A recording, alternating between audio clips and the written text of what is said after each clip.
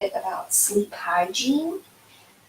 Not going to take very long because then we're going to go for a W. If you're on here, let me know. Say hi so I can know who is watching live. I mean, I'm going to bring it up here on my phone. But I love it when you pop on. I do my Maintenance Monday posts because my health and wellness is a work in progress. And I have all these things that I've learned from very long.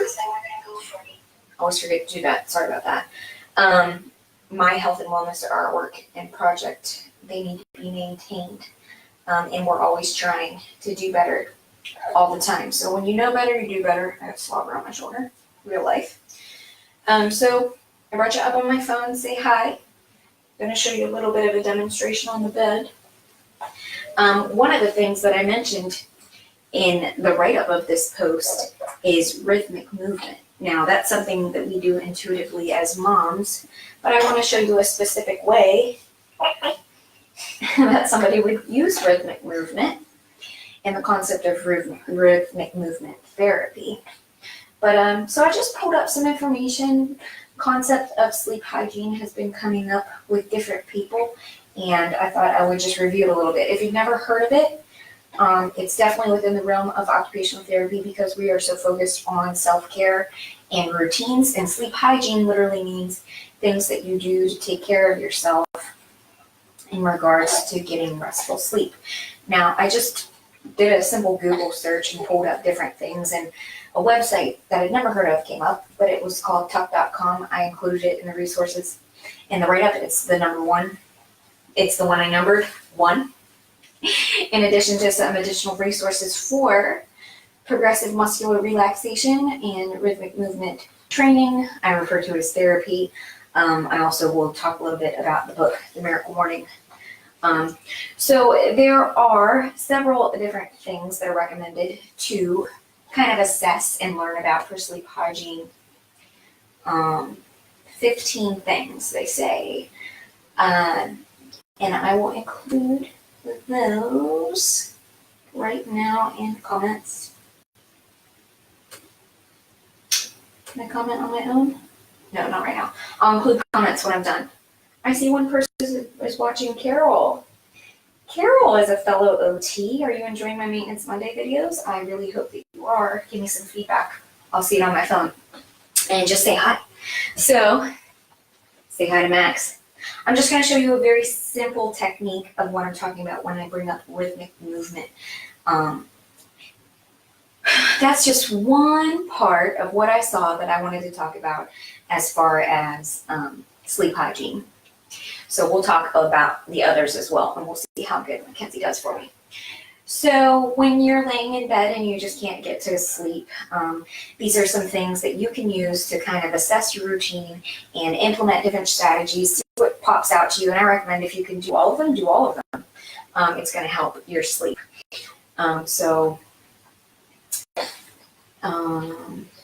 Progressive muscular relaxation, that's just fancy terms for going through and squeezing your muscle groups, either starting with the top of your head or the bottom of your toes and doing them in succession.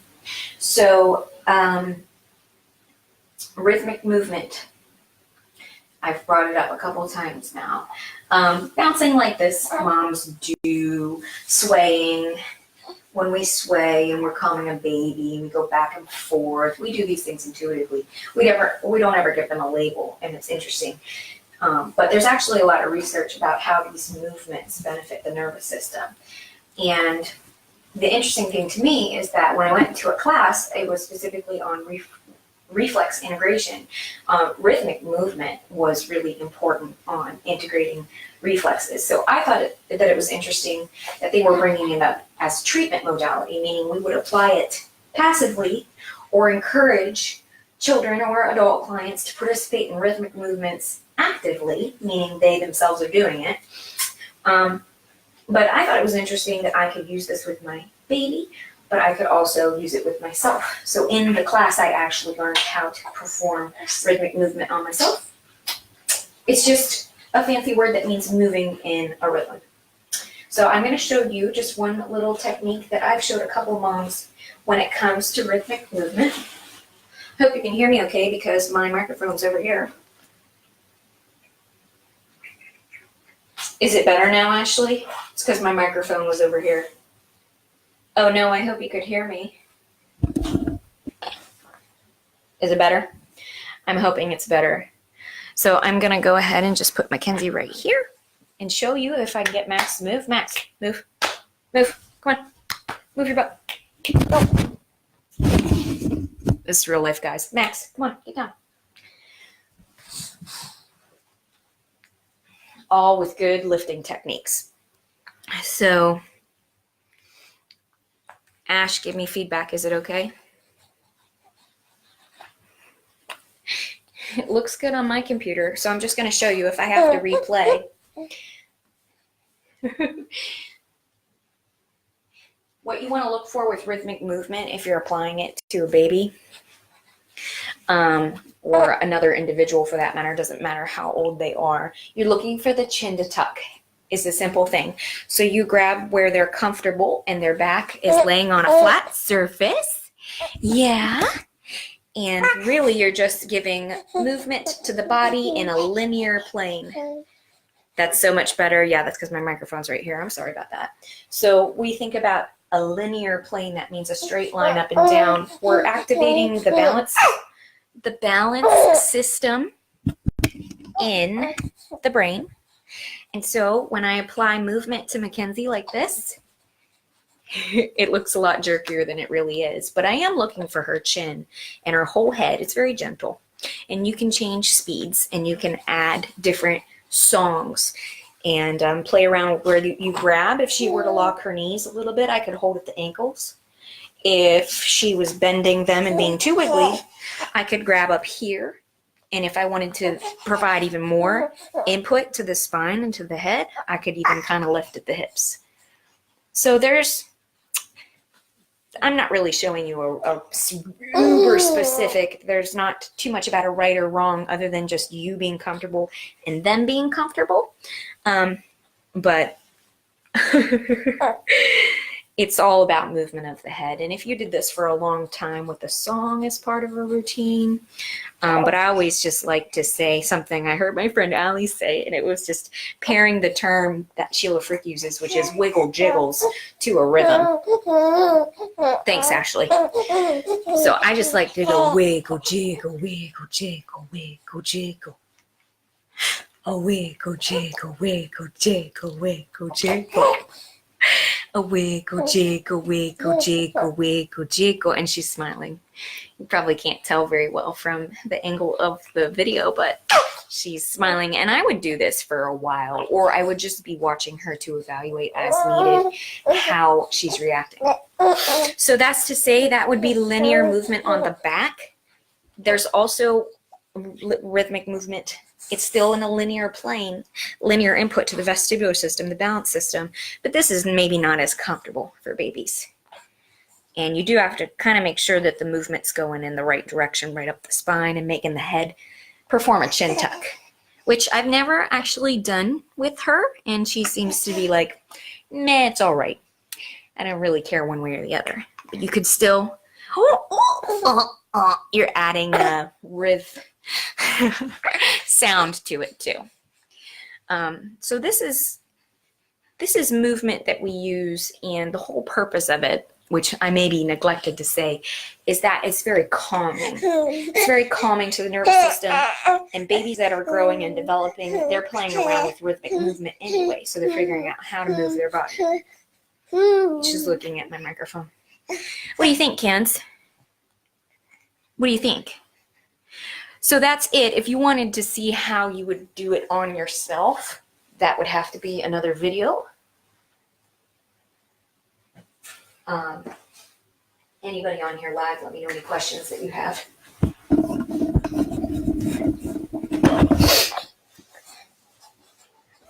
Oh, to be 5 months, she is so strong. I know. That's because she's got OT for mom. And we are really working. We are behind on tummy time, and she's made some huge leaps and gains. So very quickly, I'm going to say the other things about sleep hygiene that I wanted to, and my microphone is just going to be in the way. That's kind of just the way that it's going to have to be. That's funny, Ashley. So that's a very brief, very, I'd say, not the best demonstration of rhythmic movement. Like I said, if you were interested in learning on how to do it on yourself, it's more the concept of you bend your legs in the bed or on the ground, or you're up against a wall and you're pushing and you're giving your own body feedback. So that's just one thing that was listed in number 7 of sleep hygiene. The other things include: 1, know how much sleep you need. 2, go to bed the same time every night. Find a quiet place to sleep. Keep your bedroom dark and cool. Oh no. Keep your bedroom dark and cool. Dedicate your bed to sleep and to sensual time and nothing else. Limit screen time before going to bed. So number 7 was follow a bedtime routine. So those are the things that I'm like branching off and talking about. 8, limit your daytime naps unless you're a baby. 9 is watch what you eat and drink and when. Okay, so digestion and sleep are huge. And if you don't know that and you want to learn more, we can talk about that in a different video. But yes, you may not know, but digestion is hugely linked to sleep. Huge. Limit other substances too. So you can see this all by clicking number 1. Some of the best things that I've found that have helped sleep is getting exercise during the day. And I also think number 13 is really worth noting. Stay calm when you can't sleep. And they also suggest if you wake up and you can't sleep, you're getting frustrated, leave the bedroom. The bedroom is meant for sleep and you don't want to just lay there and ruminate. So I will include that in the comments when I'm done. 12 minutes. So take off electronics, take a warm bath or a shower. Aromatherapy can be involved in the whole subject of following a bedtime routine. You know that I'm really into Young Living essential oils, and I could probably list a ton that just help with sleep. We know many people right off the bat lavender, but lavender doesn't work for everyone.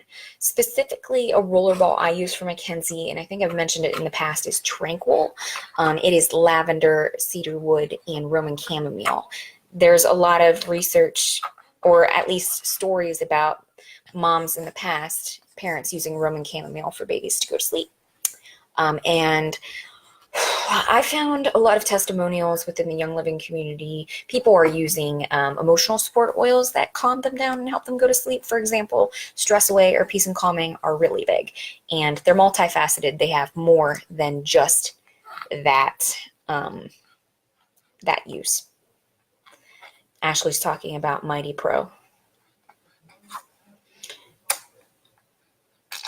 I don't know too much about Mighty Pro, Ashley. You'd have to teach me about it some. Actually, I think I just got it. No, I got Mighty Zymes. Is that a probiotic, Mighty Pro for the kids? Probiotic support, gut health related to sleep. Yeah, you're so spot on. So running a diffuser, finding some nice bedtime oils, and the other things that they talk about are meditation, visualization, deep breathing. I've included a link for progressive muscle relaxation. If you're not familiar with that is, that could be a video all on its own. That's what I had mentioned briefly about taking muscle groups and squeezing them. So you'd kind of start with your face and your head. And even just doing that, sometimes I don't even get to the rest of the body before I fall asleep. And people, when I ask for feedback, give me feedback and say, Shelby, do a video on progressive relaxation, muscle, whatever, muscle relaxation, reading by a book and by a lamp. Yeah, and then, so the other things that I wanted to add: bedtime affirmation, plug your phone outside your room, and music. So music in the background, white noise, if you find that helps drain out other noises in your environment that are interfering with you going to sleep. So bedtime affirmation and plug your phone outside your bedroom. We're teething, can you tell? I got those from the book mentioned, Miracle Morning. So they talk about how we're all kind of connected to our phone at night, and it's very much you get the Pavlov response of you get a chime or a ding on your phone, and you kind of almost say, man, I have to answer that, or who's talking to me, or I wonder what they're saying. And then before you know it, you're sucked into your phone and you're not turning your brain off. In fact, I think I read somewhere that like every time you look at your phone, your brain takes 20 minutes to reset to back to what you were doing. So that's not something that you want to have happen again and again and again at night. You know, and just play around with it. Find what works for you, because I do have my phone there and listening to books on tape sometimes, and will fall asleep with my phone next to me. But I've made a conscious effort to not pay attention to dings after a certain time, you know, and edit your phone settings to where if it's really important and it's an emergency, then edit your phone to reflect that. But otherwise, in the morning and in the evening, figure out a time that you want to stop looking at your phone, and it should probably be like an hour or more before going to bed, and start your bedtime routine. Plug your phone away from the bed. You're not looking at Facebook or reading things right before going to bed, and it's really helped me a lot. It's helped me with feelings of anxiety, on top of all the other things that I use to support my body and feeling really grounded. So, okay. Bedtime affirmation. I'm really into affirmations, but I never thought about one for the bedtime routine. And Hal Elrod in Miracle Morning says, like, one of the worst traps that you can do is be like, oh my gosh, it's 1 a.m. I'm only going to get 5 hours of sleep. I'm going to be so tired tomorrow. He says, be very careful with that, because one of the interesting things about your brain is the last thing that you tell yourself. She really wants to see the screen. The last thing that you say to yourself before you fall asleep is almost always the first thing that you hear in the morning, you know, and so you're falling asleep going, I'm only getting 4 hours or 5 hours or 6 hours of sleep. And he played around with this, and it didn't matter no matter how much or how little sleep he got. If he told himself he was going to be tired the next morning, surprise, he was tired. And he told himself, you know, I'm thankful for the sleep that I will get. Tomorrow I'm going to be well rested. And then he was. So pay attention to the words. Just do a little your own research study for me, and pay attention to the words that you are saying at night before you fall asleep. And I just thought that was interesting and that I would share. So I've hit the 18-minute mark. Thank you all for watching. That's my Maintenance Monday video. Tell me what you liked, what you didn't like, what you'd like to see. Share with your friends. And as always, I'm wishing you wellness, purpose, and abundance. I love and appreciate you all. I respect your time. And I'll see you next Monday. Hope you had a lovely Labor Day weekend. Bye. Mackenzie says bye.